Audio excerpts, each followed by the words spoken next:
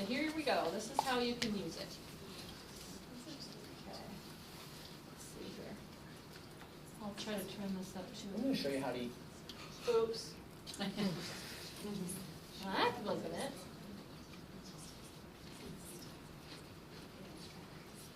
All right, volume. Puzzle piece, and this toolbar pops up.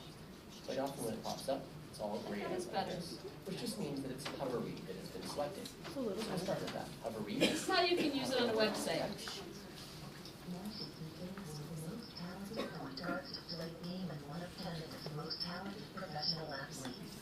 Then it will read anywhere where the cursor is.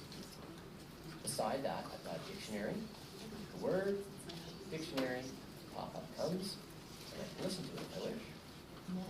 It has a built-in dictionary too, which is nice. Perhaps I don't want to add that kind of a definition. I'm interested in picture dictionary. Same word, this time with pictures of basketball. It also does a great job of words that are not as easy to create a definition for. Here's the word there. Here's picture. Over there. Beside that, I've got the play button. That's if I want it to play a specific spot. I don't want to hover. I highlighted that. I can play. Pause and stop. Over here, I've got a research button where I can highlight part of my text. Talented professional athletes. I press research, and a Google search happens for the words talented professional athletes in a pop-up window. Besides that, I've got a translator. I can either do French or Spanish. Mine's set to French. Let's go to I don't know if we guards. need French here, but. Here's the word guards. Garde, gardienne. And let's take another French word. Let's do Saturday. French. Samedi.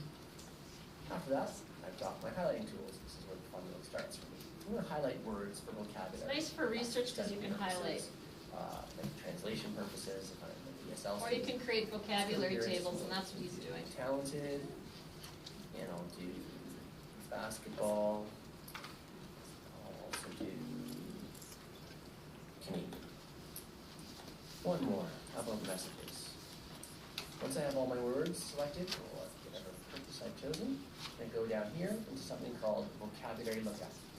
When I do vocabulary lookup, a new Google Doc page is going to be created. So let's take you over to my new Google Doc page that's being created right now. Here's my new Google Doc So page. it creates a new page with that vocabulary that you highlighted. And you'll see it's called a vocabulary list untitled. It's taken the words from the page that I highlighted to put them into graph, spreadsheet as it were, basketball, its definition, its symbol. You'll find there's sometimes more than one definition, actually quite often. And then if you don't want some of them, you can go in there. This is now a Google Doc. I can delete that. I'm actually interested in that picture. I can make my own notes over here. I like to play basketball. And I now have this for studying purposes. It's a nice study guide of vocabulary too. Stuff and messages. Basketball. And I got that off the webpage. Let's go back to it. So there's those words I highlighted. And the highlighted words stay there. There's a room here called highlights. The next time I might want to highlight, I don't want to use all the colors. This time I'm going to extract the meaning. Perhaps I have to write it out. So it's also great if a student has to go to a website and find detailed information. They can go and highlight the detailed information that they need to remember for their research, and that's what he's doing And I'm here. going to highlight why. Or if you want him to highlight for meaning, that's what he's doing here as well. Purple, and his teammates who are playing with him. I'll do that in purple. His name was All-Star. And maybe I'll do some other things in yellow, some supporting ideas. So it's nice to teach about note-taking and finding the meaning and supporting details. Vocabulary, and I use the circle over here. Now he's going to extract it and put it into his Google Select them Docs. by their position, so as they go down the article, or by color. And I want to do color. If I was collecting, say, all the metaphors together, and I made them all purple, then I would do color. In this case, I'm going to do position. I press OK. And once again, a new Google Doc is being created for me. In this case, being called Highlights. So now it took it and it created a new Google Doc with the website, with the information that he highlighted. From where I got that information from, and of course the person being And it leaves a live link behind so you can get back to your article. As I say, a couple more features left in the online or the web version This of is the web Learning. features. Over here, just at the very The end. Simplify you've got tool is really Simplify. cool, and this is Quite one of often we their have web newest pages, lots of additions. Ads, linking ads, it can be distracting. If you click this button, it creates a brand new version of the exact same page, but it gets rid of all the pictures. So it's like readability. Less distracting to read. It takes out the distractions.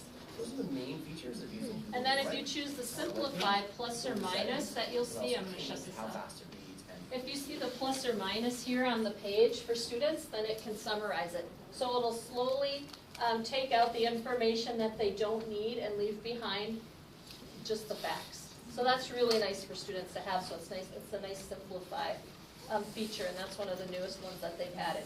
So these are the tools that are on websites. Now, if you don't have the full features, if you don't have everything lit up, all of your tools, and some of you don't, that's okay. What I want you to do now is go to the web and find an article, and I just want you to see how the reader will work. So you can go to Inforum, or you can go to Newsella, you can go to any article, and I'll show you what I'm talking I don't about. have that yet, so. So I'm going to open up. Sometimes I just go to Newsella, because that's what we're using in our middle schools, Things, just make sure. and find an article here. And then I'll show you how the web reader works, because notice, if you have Read and Write installed, it followed you to the browser. And so it's right behind this purple puzzle piece that you're going to see the web tools, and that's how he got to them. Behind the purple puzzle piece. So if I choose, I don't know, Harry Potter here, so I'm choosing an article.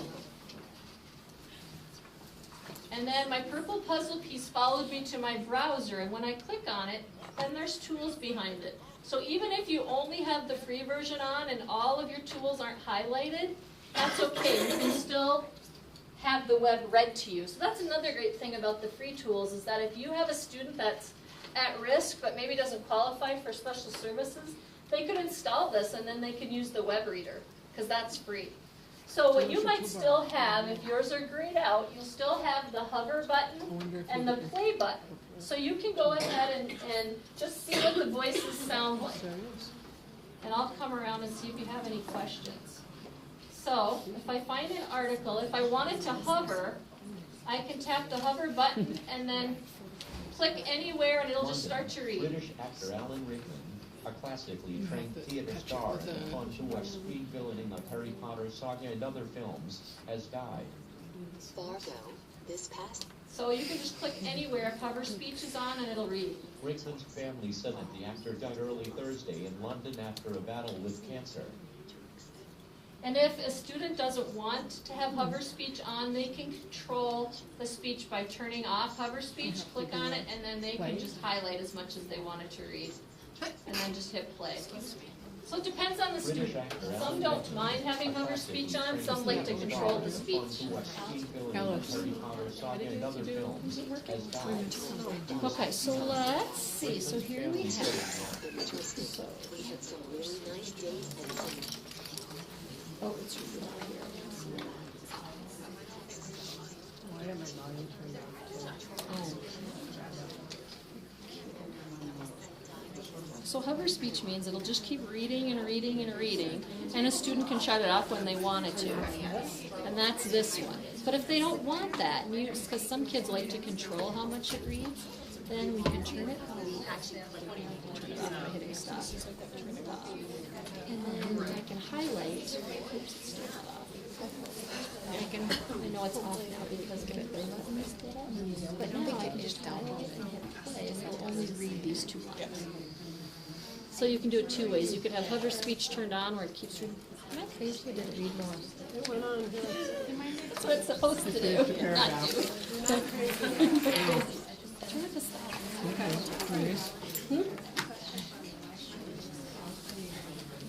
So to get it to start, what do you have to touch it? Yes, this. And then you highlight whatever you're from. Thank you. Of course, and it's all right if you get up and move it. It doesn't bother me. Just feel free to move around and. Of course.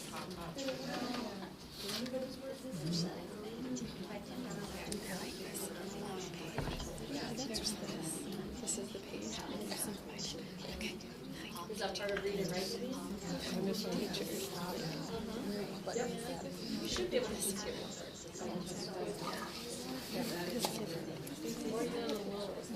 That's because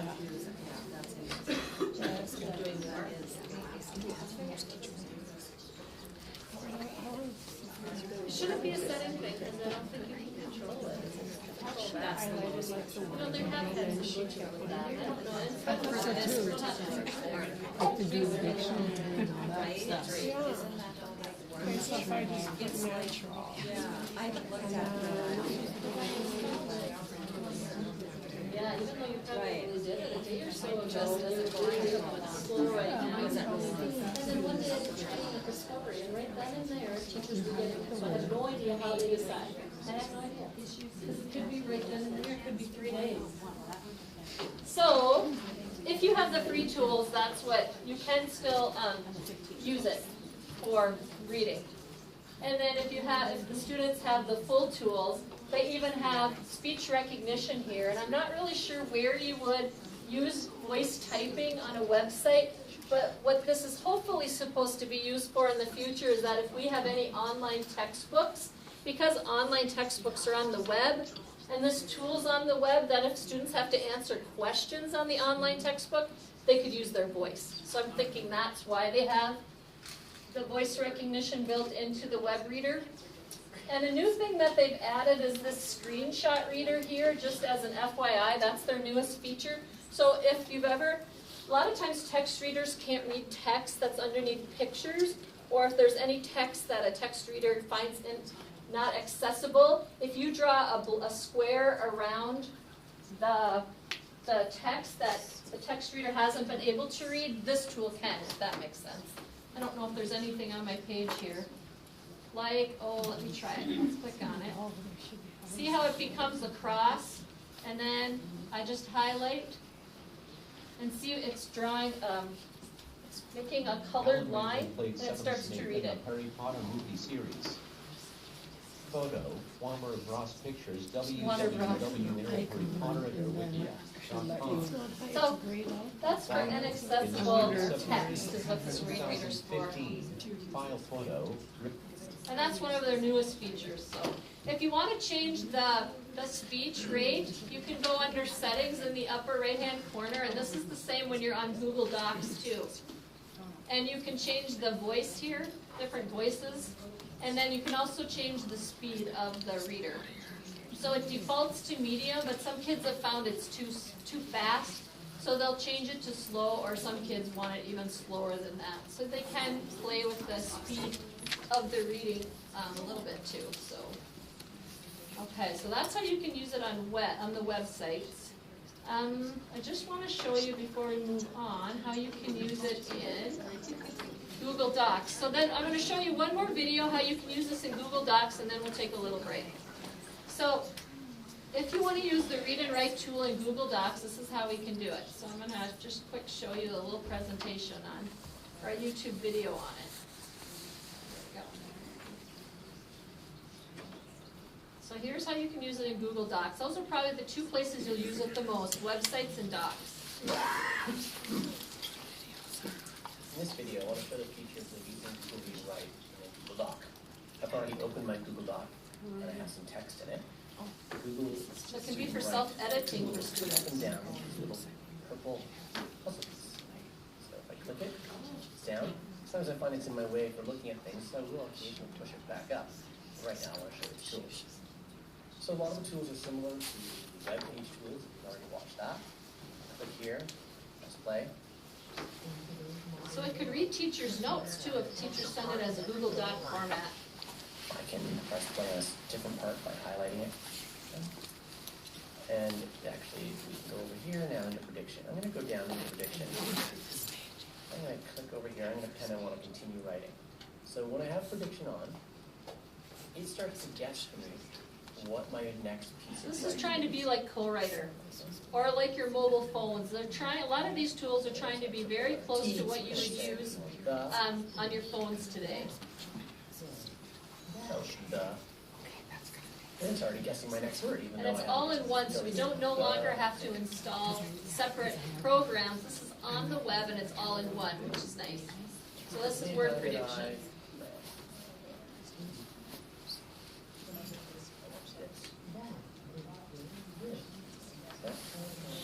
So it's following these words are generated through Google.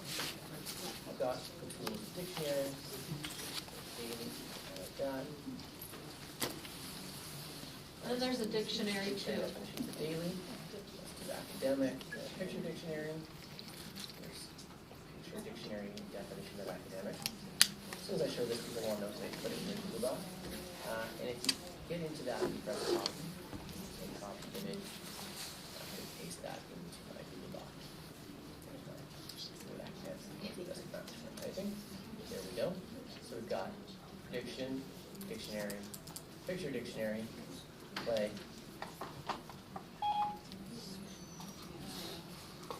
I've also got a fact finder. So if I'm actually listening to my writing and I want to know more about critical skill for future success, I call it that, critical skill for future success, I can press that and that will do a Google search. And Google search will pull up The over fact here. finder's kind of nice as well. So there's my critical skill for future success. And there's my Google skill like that. So that's the first thing I'm working on. Beside that, I've got speech So input. here's where they For can use example, voice speech typing input. that's built in as well. Like this. And now, as I'm typing in here, it's going to do speech text. You see I'm still talking, it hasn't actually written anything. I'll stop talking and watch what happens.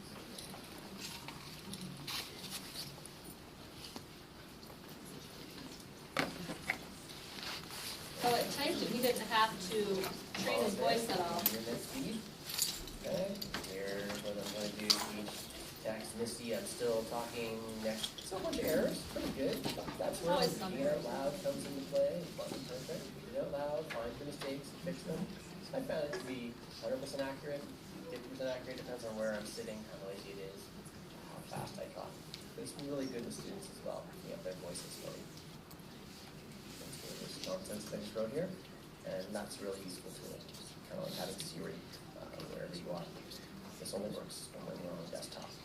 Does not work on the iPad, but the iPad's got other features. It has its own built-in typing. I've also got these highlighting tools, and I've already demoed these in the other video. So you'll see some of the tools are the same between the web and Google Docs. So if the student learns how to use the tools in one place, they'll see them again on the web reader or the Google Docs or vice versa. And I can change fast, and I can change how much predictions, So what's nice about, I'm going to and results. That's stop it here if I can. What's nice about Google Docs is that I have a number of tech clubs that I have in different elementaries. And so I really find what the students are using the tools for in Google Docs is for self-editing, because they'll write something and then they'll play it back. And then they can find their own mistakes. And it seems like you find a lot more mistakes if you have something read back to you than if you do it with your eyes. So that's one nice thing about having the playback feature in Google Docs, is that students can use it for self-editing. Another thing they're doing is they're using the speech recognition or the voice typing so that they can dictate and not have to have a scribe. So I would say those are probably the two biggest features right now. Some students are using the dictionary if they're in 6th grade or 7th grade and they have to do a lot of vocabulary. They might use the dictionary for that. And the dictionary will read the definitions to them. So it might help them with it. Sometimes they'll use the picture dictionary and they'll create a vocabulary table. Because teachers are using a lot of Google Docs now, when they send a Google Doc to a student, either through Classroom or they share it with them, students are using the text reader to read notes to them. So they don't need somebody sitting beside them reading the notes. The computer can do it. So it's really promoting a lot of independence. So even if we start using this in 4th grade and teach them a couple little tools, we'll keep adding more and more, because like I said, they gave this tool free to all the students in the North Dakota university system, so our university system feels like it's worthwhile. So I really think that it's great that we have it, because then students can learn how to use it and have access to it when they leave here. So that's really nice about Google Read and Write for Google. So again, if you have a student that you'd like to trial it with, You can start with the free tools, have them installed for free, see if the text reader on the web, the text reader in Google Docs is enough. And if it's not, then let us know and we can give them the full access. If you're sending a Google Doc to students, sometimes you can have them edit, sometimes it's like just read. If you're having them, if you're like looking at vocabulary, would you be able to have them just read a page but export vocabulary words to the same document, like two different students pick different words and it ends up on the same document? Does that work? Yep, if they're sharing, it works. Okay. So if they are sharing the same document, then it would work. So that's a great idea. I never really thought about that. The two students could be sharing the same document and then working on, using the tools. So I like that. That's a great idea. So I wanted to show you Read and Write for Google because that's one of our big tools that we have right now. And I think it can be used in so many different ways. So let me kind of move on here.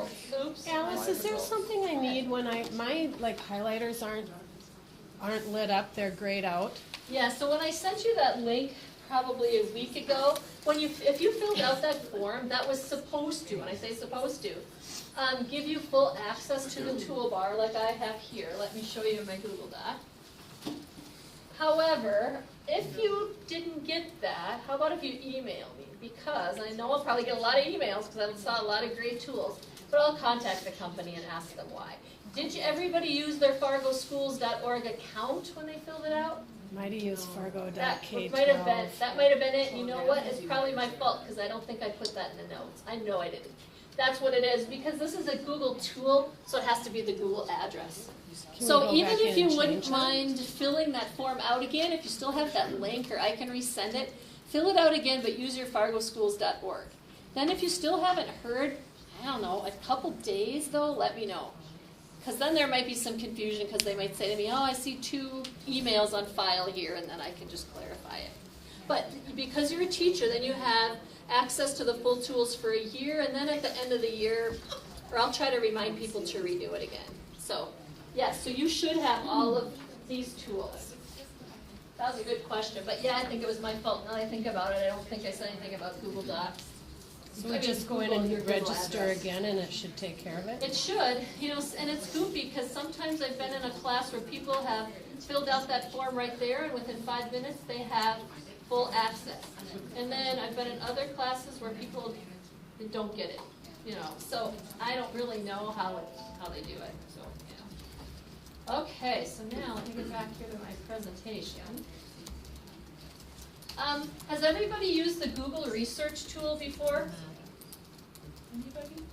This is something that's a really great, and you may not even know that this exists. It's nothing that we had to buy, it's just in Google. So I want to show you how it works, because I think you need to show this to your students. Because it's in your Google Docs, and so they can open up this research tool, and they can find images, and they can find links, and they can find all kinds of really cool things. So I'm quickly going to show you that. I have a YouTube video that Jennifer Hess, one of our instructional technology coaches, created.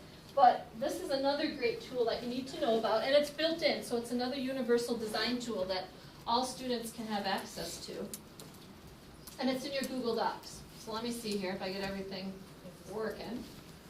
Hello, today we are Okay, going to talk you can about kind of follow along with her if you'd like to find it in your Google Docs. Google Docs and spreadsheets and Sorry, I'm presentations trying to called push the up Research button. Tool.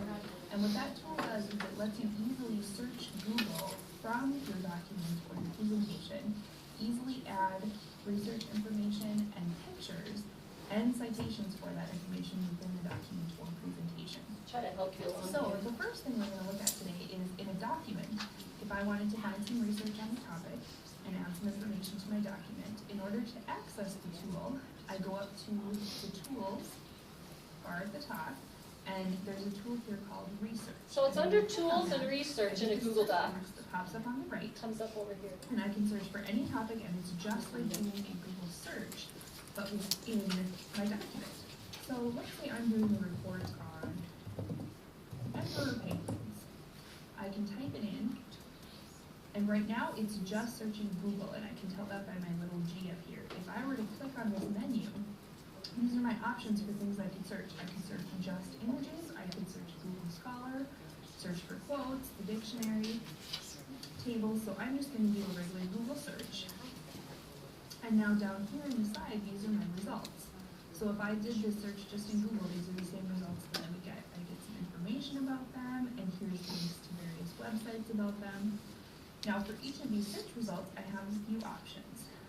First, I can preview the information that I would get. So if I'm looking at, here's a search result and I want to see this website, if I click preview, it will pop out that website in a little box on the side, so I might be able to look at it and then decide, oh, that's not really what I'm looking for, or oh, that information might be helpful for me. The second thing I can do is, if I actually use information from this site, I can insert a link to this site. And so if I click insert link, I actually get a link that says Emperor Penguin, and I then can save that site. We're working to on go the back to volume. later. This is great when you have students Oh, just thank you. first I did it. starting to research as a way for Who would them have to thought keep a track plastic of their finger results would and do their it? information. Now, if I want to go out to the actual site, I could use my link over here on the left, or I can just click the link from the web results and it will open up a new tab and take me directly out to that page. And now I can read some information about my topic and find some information. So the last thing I can do is I can actually include a citation in my document from this source. And I can do that when I'm in my document. Let's say I type some information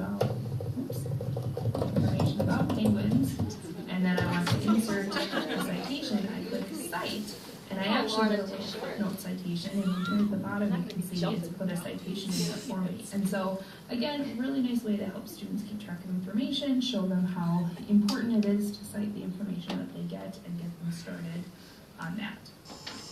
Now, one of the things that I really like this research tool for is pictures. It makes it really easy to find and insert pictures into a document or a presentation. So for that, we're actually going to skip over to this presentation. And again, we're going to go Google to Slides Tools she's using. and Research to open up our research tool. I'm going to change this one now to images, and I'm going to search for some images about emperor penguins. So let's say I gathered all my information on my document, and now I'm going to put it into a presentation. Can't win it over there. I'm going to scroll through and, oh, this is an image that I like. I think I'm going to use this. All I have to do to use this image in my presentation is click and drag it over to my presentation, and there it is. And this is really helpful in a couple of ways. First, it puts it right into my presentation. I can drag it around. I can still resize it, so I can edit it in my presentation, but it also puts the link to the image right in my presentation for me. So it gives, again, that citation, reiterating how important it is to students that they keep that information and that they include that information. And so it does it right there for them. And then I can still put information in my slide about penguins. I can still, do my other searches that I had out here.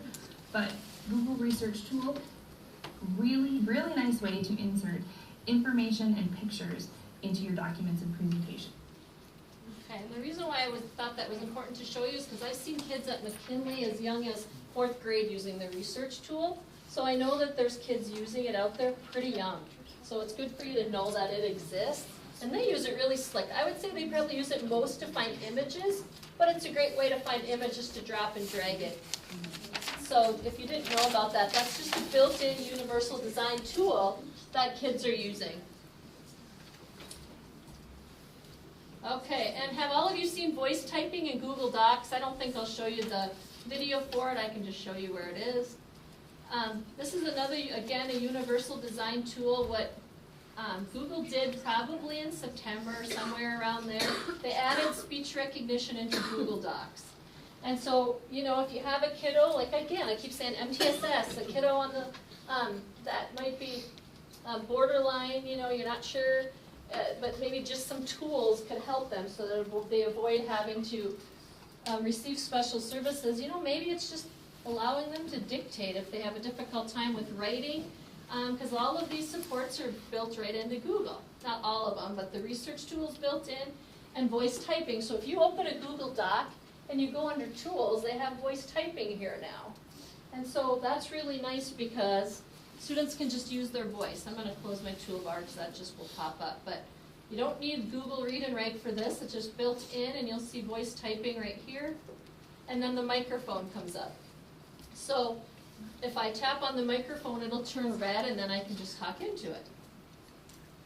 How are you doing today, question mark? And I didn't have to train it, I didn't have to do anything, which was really nice. And then if I do have Google Read and Write, and even the free version, I can open it up and I can have it read back to me. How are you doing today? So it's great for editing, but those two tools are free. The Read and Write that you download for free would give you the play button for self-editing. The tools in Google right here would give you the voice typing. So right away you have two great tools that students can use. And it's very similar to what they're using on their phones today anyway, so they know how to use it. So that's voice typing in Google. I want you to know about that. Let's see what else I have in here. Overdrive, I've already mentioned that. Overdrive, students can get in their middle and high school libraries by going into the learning portal where we were just a little while ago. They can also access the Fargo Public Library through Overdrive if they have an account. So with Overdrive, they can listen from their device, their one-to-one device, or they can install the Overdrive app and they can listen. So it's a really great way for students to read, to have books, audio books at their fingertips. So remind them if they're middle and high school about Overdrive. If they're younger than that and they're in elementary and they have a library card, then they can use Overdrive. Install the app and then they can use their library card to check out audiobooks. So that's a great way. Or their iPad or their mini iPad. So, okay, the next thing, oh, I just added a slide, we don't want that. The next thing, have any of you heard of Rewordify? This is something that I want to get out to people because it takes difficult websites with, text that's difficult to understand, and it simplifies it using simpler words, I guess I'd want to say. So I want to just quick show you the video about that so that you can maybe use this with your students. It's another great tool. So I have to go into present mode though to get to my video. So Rewordify is web-based. You just have to go to rewordify.com and that's how you get to it. It's not related to Read and Write in any way, it's just another great tool that students can use. So, I'll get this going. Rewordify.com is a new, free website that can help you understand more of what you read. When you see a web page or anything with lots of hard words, Rewordify.com can almost instantly simplify it, replacing all the hard words with easier ones, so you can understand more, faster, without needing a dictionary. When you read, do you see a lot of words that you don't understand? Do you wish there were a fast, easy way to understand more of what you read? When you try to look up words in the dictionary, do you get frustrated because the definitions in dictionaries are confusing and difficult to understand? Well, now there's a new way to understand more of what you read and become a better reader. Rewordify.com takes difficult words and phrases and rewords them into easier versions. All the rewordings are highlighted. If you hover your mouse over the highlighted word, or tap it with your finger if you're using a tablet or a phone, you'll see the original harder word to help you become familiar with that word and how it's used. If you want to learn a different way, you can switch everything around and have the site highlight the hard words and you mouse over or tap to see the easier replacements. Or, if you prefer, you can have the site display words like this, with the original hard words, and then the easier rewording displayed right after, all at the same time. There are other display choices too. To see all of them, click on the settings page and try out the different settings to see how they look. Make the site work the way you want to help you learn more words your way. You differentiate it nicely too. You can start understanding more right now. Go to rewordify.com. Enter a website URL in the top box and click